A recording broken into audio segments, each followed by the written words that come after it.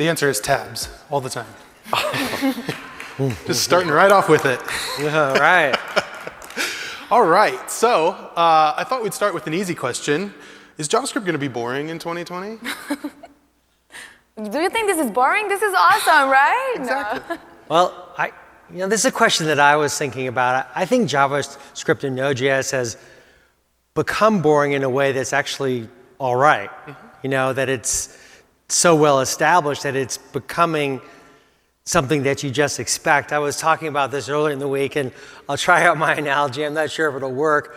But we all turn on the water in our bathrooms or our kitchens all the time, right? We don't even think about it. But just think, in those days when those pipes were brand new, like in 100 years ago, whenever it was, and you're like, oh my gosh, look at that. But it was marvelous. But over time, it just became boring, and we just expect it. Now there will be the occasional issues with rust or pollution or whatever it might be. But hey, that's the life of code too, right? For me, boring is a sign of success, right? You look at Linux; it's used everywhere. And it's kind of boring. No one really goes to a Linux conference anymore, but it's used everywhere. So to me, it's just a sign of success. No one goes to a Linux conference? Yeah, I go. Last time you've been to LinuxCon? LinuxCon is not even a thing. Yes, it's no longer. Well, I don't think it's boring at all. Like, there's a lot of events and conferences and new libraries and packages all the time happening. So I don't think JavaScript is boring. I don't think it's going to get boring anytime soon. I mean, yes, it becomes stable, but no boring. Like, stable is not a synonym of boring. But water's not boring. Water is, you can do all kinds of things with water. Just like you can do all kinds of things with JavaScript. So the underlying JavaScript and Node.js is there, and that's a good thing. It should be boring.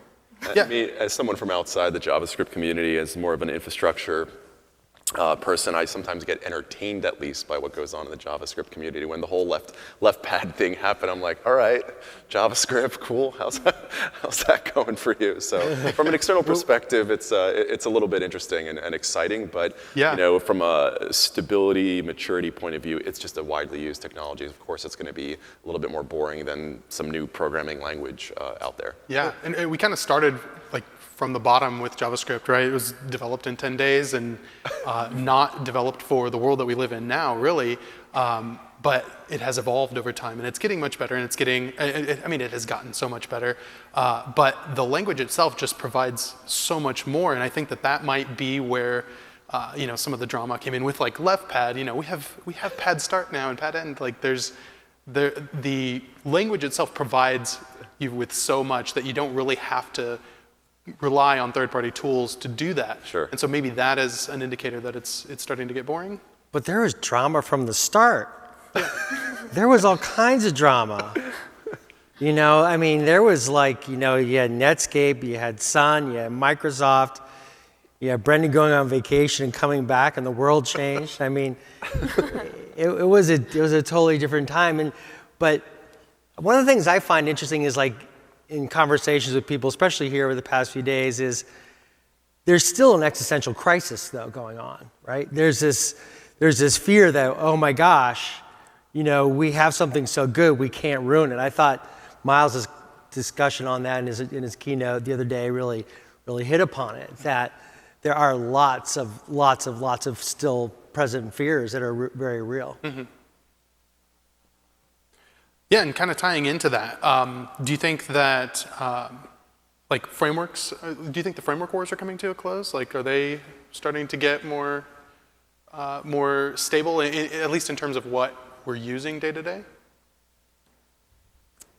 It's a good question. JavaScript tends to be a community where people like to write little packages, and there's lots of solutions out there. There's definitely a bit of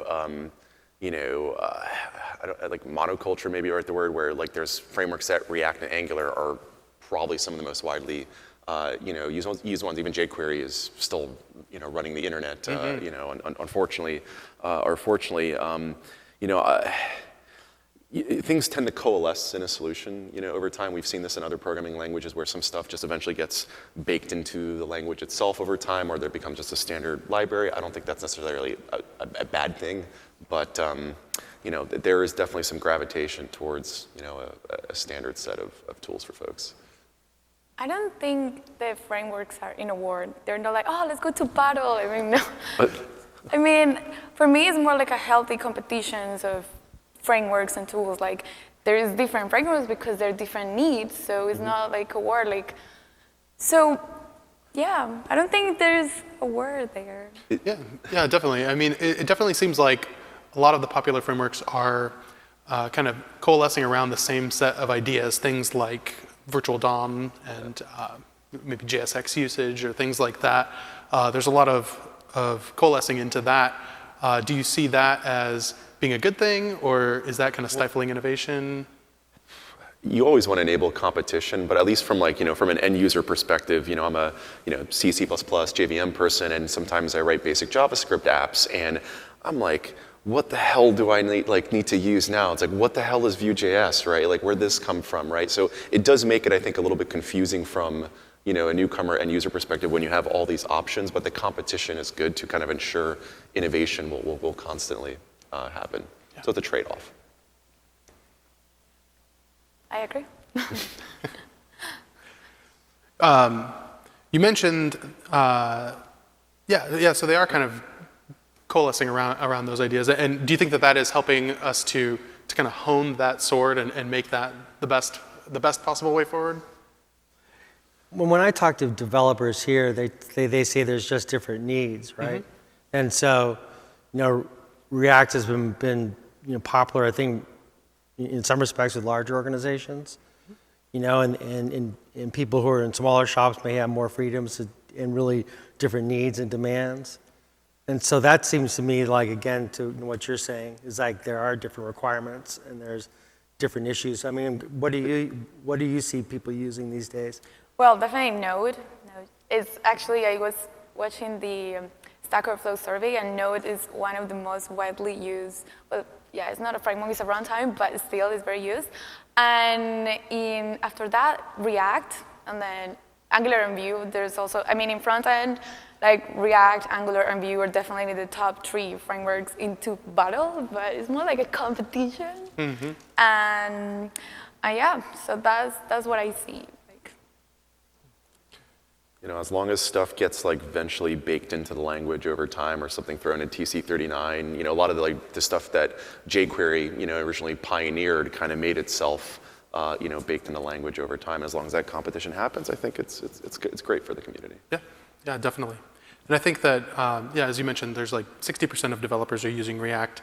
Do you think that number continues to rise in 2020?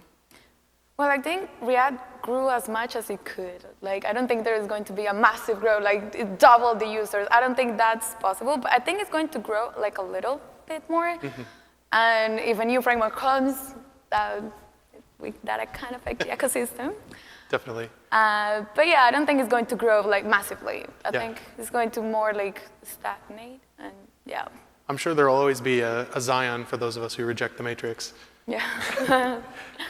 Kind of speaking of that, and you kind of mentioned the idea of a monoculture possibly forming. Another widely used tool is TypeScript. And so that also has kind of 60% of developers using that, according to the Stack Overflow. And it's also the 7th most popular language, but the 3rd most interesting language for developers.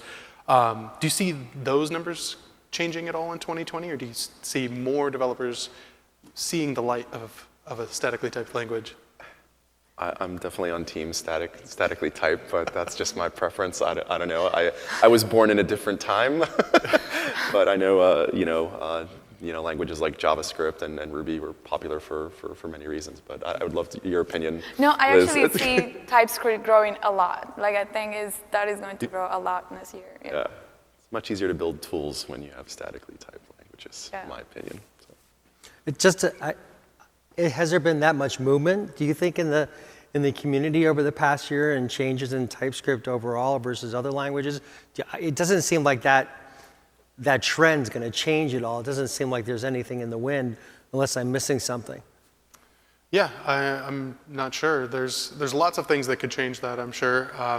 But yeah, I'm not sure.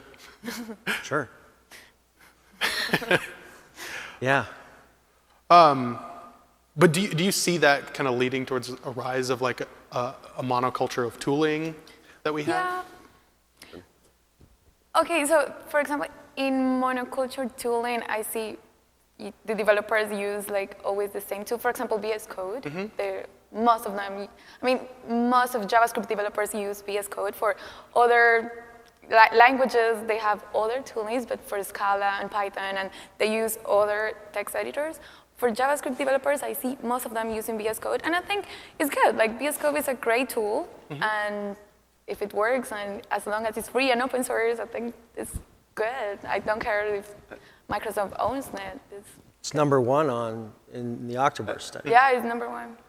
Yeah, I mean, as someone who's been involved for open source over 20 years, it's a little bit terrifying of kind of what's going on in some ways, because I spent probably 10 years of my career, battling, the evil empire at the time, which was Microsoft, working on, if you heard of Eclipse, if anyone used Eclipse again, sorry, that was partially my fault back in the day.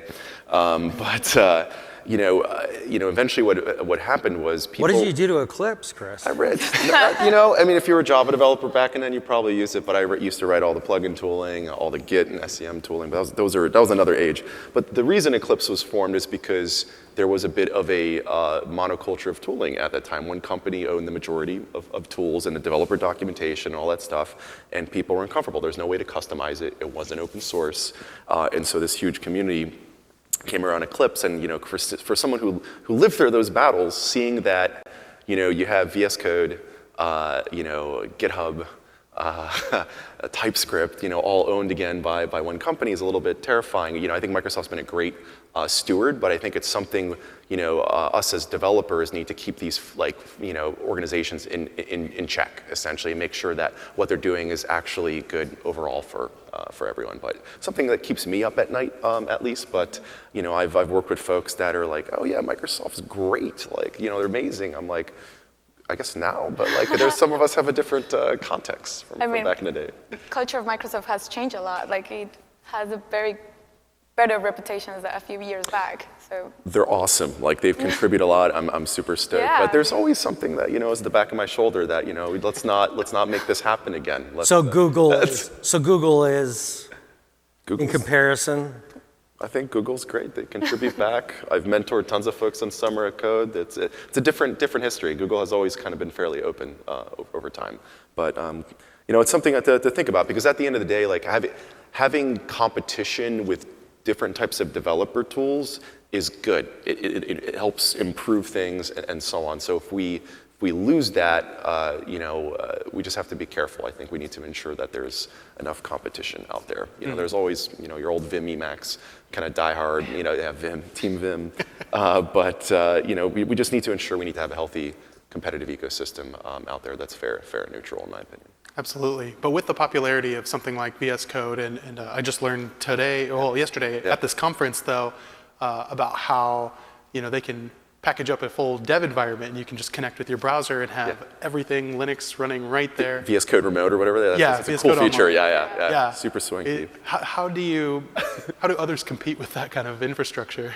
Well, what's interesting is back in the Eclipse days, the whole idea is we wanted to make tooling free and available. You wouldn't have to pay for Code Warrior. Back in it was terrible. You had to pay for tools back then. It was a terrible life. And so everything was open. Now what's interesting is with the trend of kind of having this VS Code online or other stuff online. Now it's is this a potential opportunity to charge for certain things now? It's you want to have some fancy, linting, that will be $5 per, a million lines or something ridiculous. I don't know. It's just, as an old developer tooling person, it terrifies me that sometimes this stuff will become only SaaS-based and locked again. But if the core code, like VS Code, is fully open, then maybe we're okay. So yeah. And Microsoft's on the good team now. So we're good. I am not super concerned about monoculture, because at the end I think developers want to use something that gives them value, and VS Code gives a lot of value. So it's I don't really see a problem. There is a monoculture there. Of course, competition is healthy, and if something better comes in, great. But if not, it's fine. The monoculture is okay. as long as it's useful, right? Yeah, as long as it's useful, as long as it works, and Yeah. as long as they're It's benevolent open with it. and- And it's open, yeah. Well, what does that do to the other ones out there who are vying for a place then? I mean, how are you, I'm curious on how you're seeing that competition emerge. Can that competition emerge at all then, if you just accept that monoculture? I mean, yeah, it just depends. Let's just put it that way. So we'll see if, like GitHub starts getting these like interesting, like, ooh, open in VS Code Online type features, but we'll see. And I think developers in general, like tools are kind of religion. They love, things, and everyone will have their particular, nuances. I know folks that you still can't rip like Emacs, out of them, even though there's much better options these days, but that's just the way certain folks are. Right. So kind of talking about that and leading into that, as those types of things like serverless and cloud infrastructure start becoming more mainstream, becoming more what we do every day, how do you see the roles of developers changing? It seems like with the ability to no longer have like this monolith code base that is in a particular framework or language, you can use the right tool for the right job, but what kind of changes does that cause for the developer, maybe like as far down as the front-end developer? Do they have to worry about this as they go? Anything that lowers the barrier for people to contribute and develop something of use to them, I think is great. I just don't want to be in a position where, I grew up in an environment where you could tinker with computers and learn how everything works. When you kind of get this environment where like a lot of serverless things like I just need to go write a couple functions, tie some events, and it just like magically auto scales. I don't have to like understand how any of that actually works. I mean, that's a great thing, but part of learning is to actually tinker and be able to kind of understand behind the scenes of how things work. But Well, you certainly have to tinker with Kubernetes. yeah, that's my project these days. But I mean, I get the analogy people use is like tons of people drive cars every day. No one really knows how a car works under the hood. So I'm like, yeah, fair enough. Maybe that will happen for the future of apps. For the next decade, we'll move to more of a serverless model. And if that brings a whole new generation of developers, awesome. I think it's great. We need more software developers out there. So I have a question for the crowd. How many here are interested in Kubernetes? It's a different audience for me. How many use Kubernetes? Oh, that's great. Wow. I saw See? different hands between interested in using. Wow. Well, I have another question then. Is this for a career interest or is this for a career interest? Or for work. Do your apps run on Kubernetes? Well. So it's like, I don't know, 20%, maybe 15. Because I was getting feedback from people who I was talking to who were just saying, well,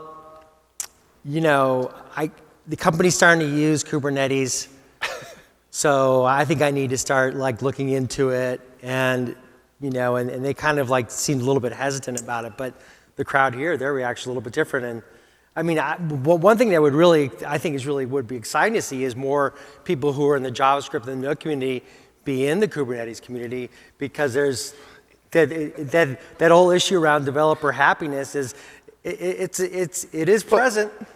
At the end of the day, it's like, how many people in the Node and JavaScript communities know like how the kernel fully works, right?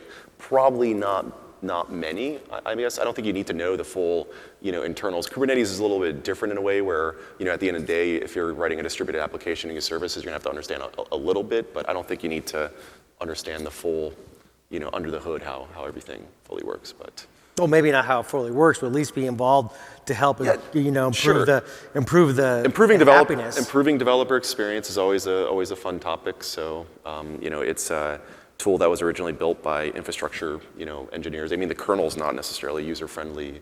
No. Anyway, so, yeah.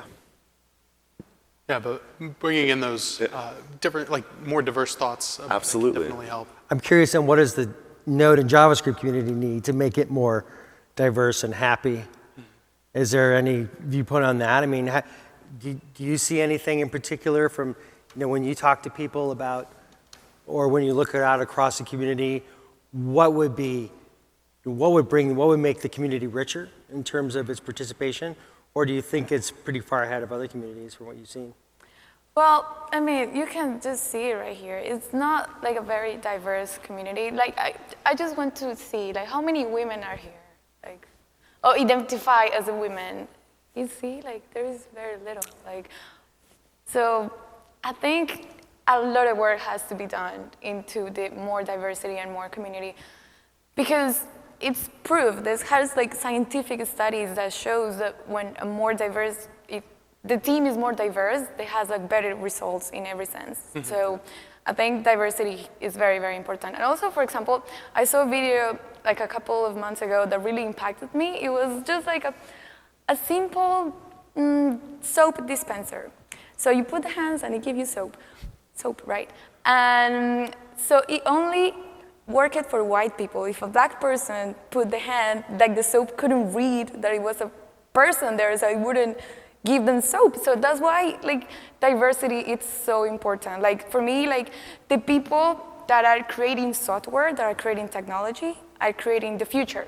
And we need a future that is more diverse for everybody, so we have like a better world, right? So yeah, I think we need more diverse communities and more diverse events and Absolutely. Yeah.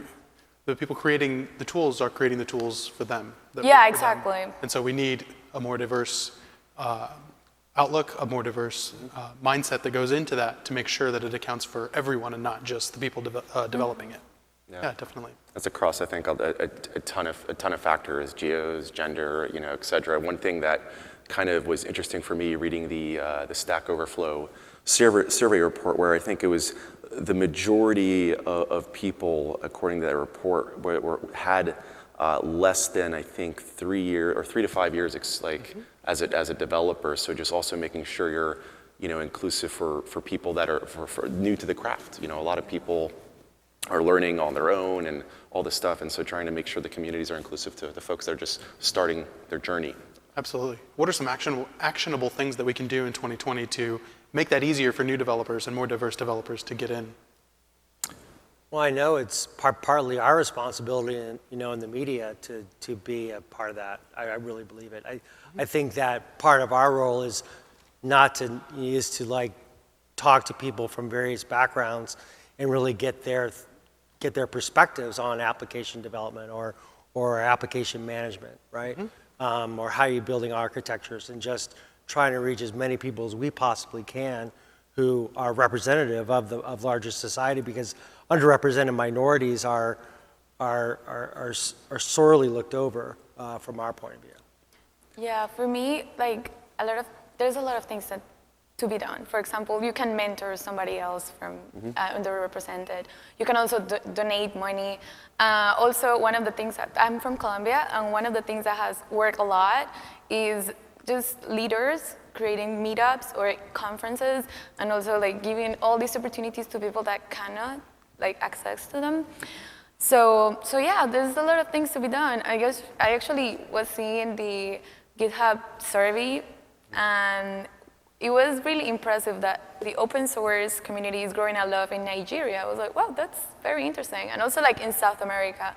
So I think there's a lot of talent out there. It's just they don't have like the environment and the resources to give back and to create awesome things. Yeah. So it seems like at least, we cover the cloud native community pretty closely, and there's a very small community of underrepresented minorities, but there's a very core, strong group of people who are very, very close and very, supportive of each other. And it's that mentorship and that, and that those peers that seem to be so important for those communities, for the communities to really, build upon that.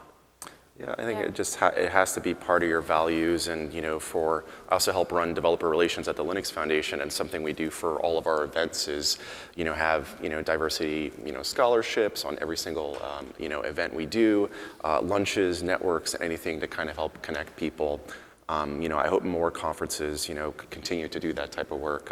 Also meeting people where they are, so doing events that maybe a new geos and stuff like that, so people could travel. Sometimes, we held KubeCon recently, a couple weeks, 2-3 weeks ago, and we were running into people that had like visa issues coming into the U.S. because, God forbid we can't run a country anymore, but it's just a tough situation. Another existential crisis. Yeah, existential crisis. So like doing events in regions where it's easier for people potentially to get to or closer to where they are. Yeah, definitely. And I definitely think it's good to have, like you want to see yourself in your role models. And so having that diverse set of role models is really important. I was also reading a book recently about how, one way or a big way to address this is through having role models when you're young and really encouraging that when you're young and seeing people who look like you and having them as role models. And I think one really great way that we saw at this conference was Ellie Galloway. Ellie Galloway, she was great. Yeah, she was fantastic.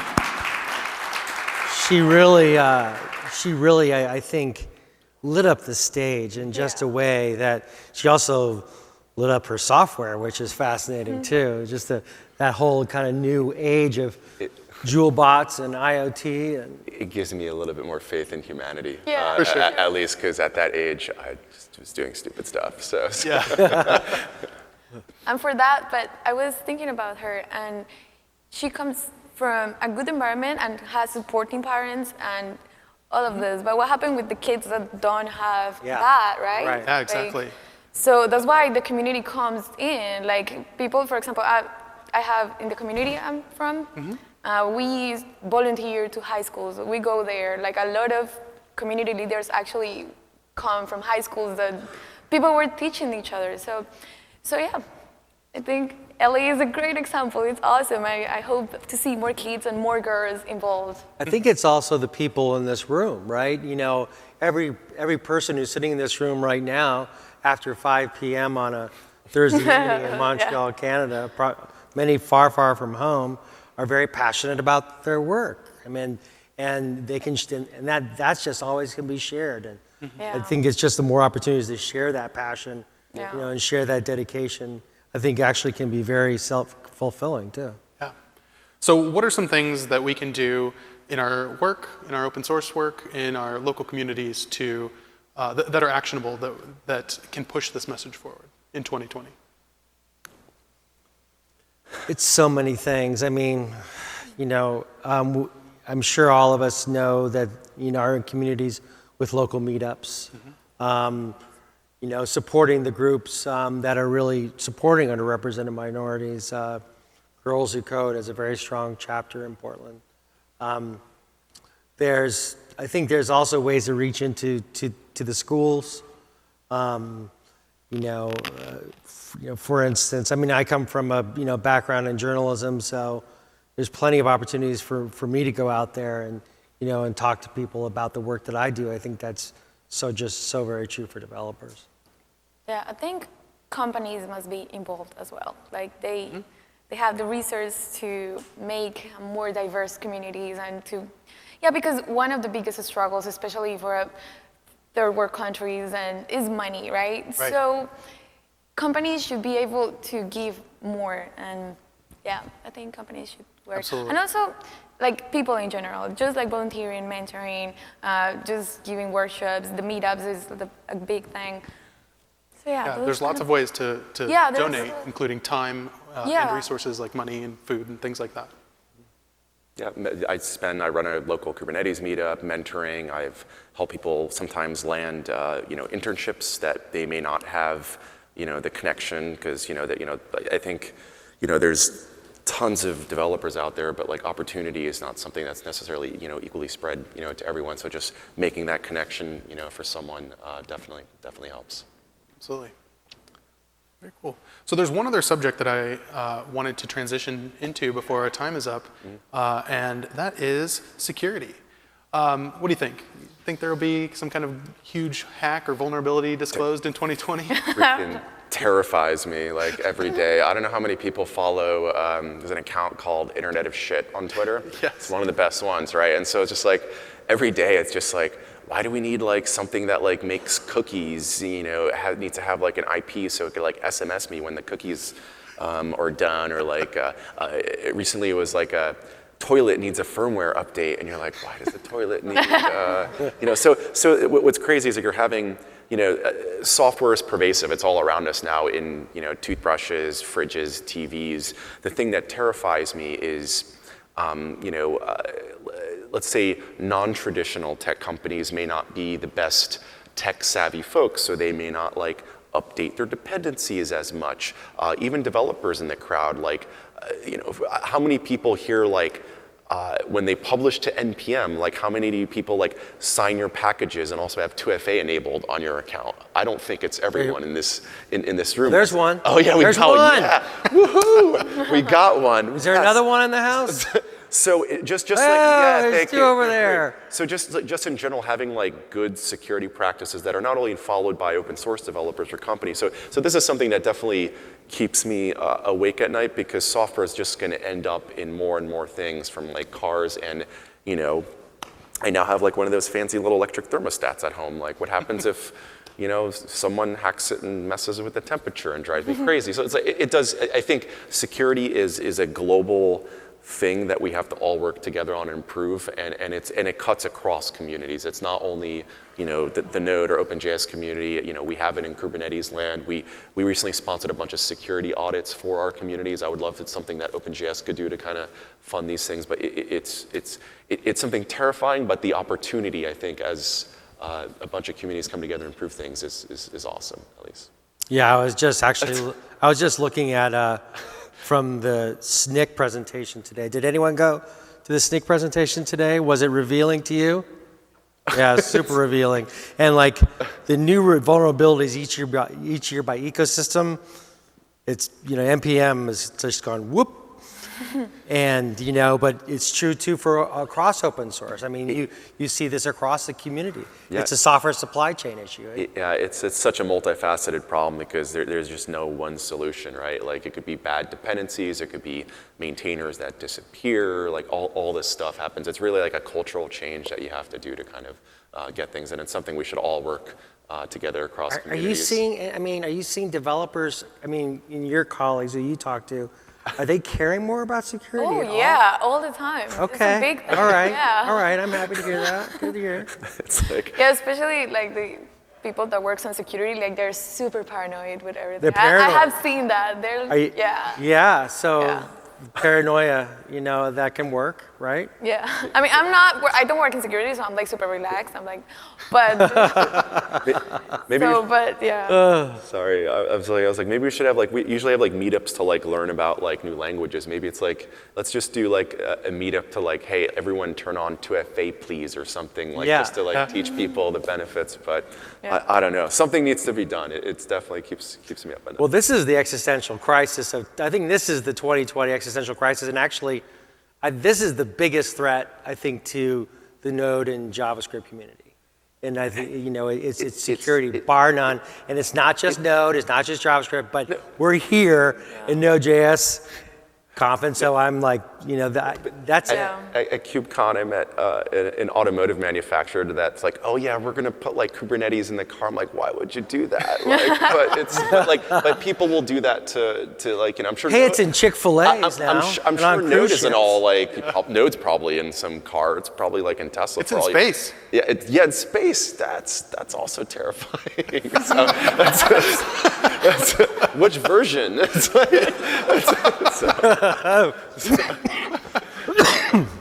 Well, yeah, that that is a big thing, I think, to watch out for in 2020 is security. It's the first CVE in space. Someone's going to get that, and that's going to be quite awesome. But yeah. I think there was one. I think they did have a CVE in space. Okay, it's okay. Oh no. There was a. Okay. No, it's not. First person to hack something in space. I think there was actually a person charged with a crime in space, but CVEs are to come. Right? Well, I want to thank you all. We have run out of time. They say to usually end these things on a high note, but instead we're ending it on paranoia. We're all doomed. Thank you so much. Cool. Thank you.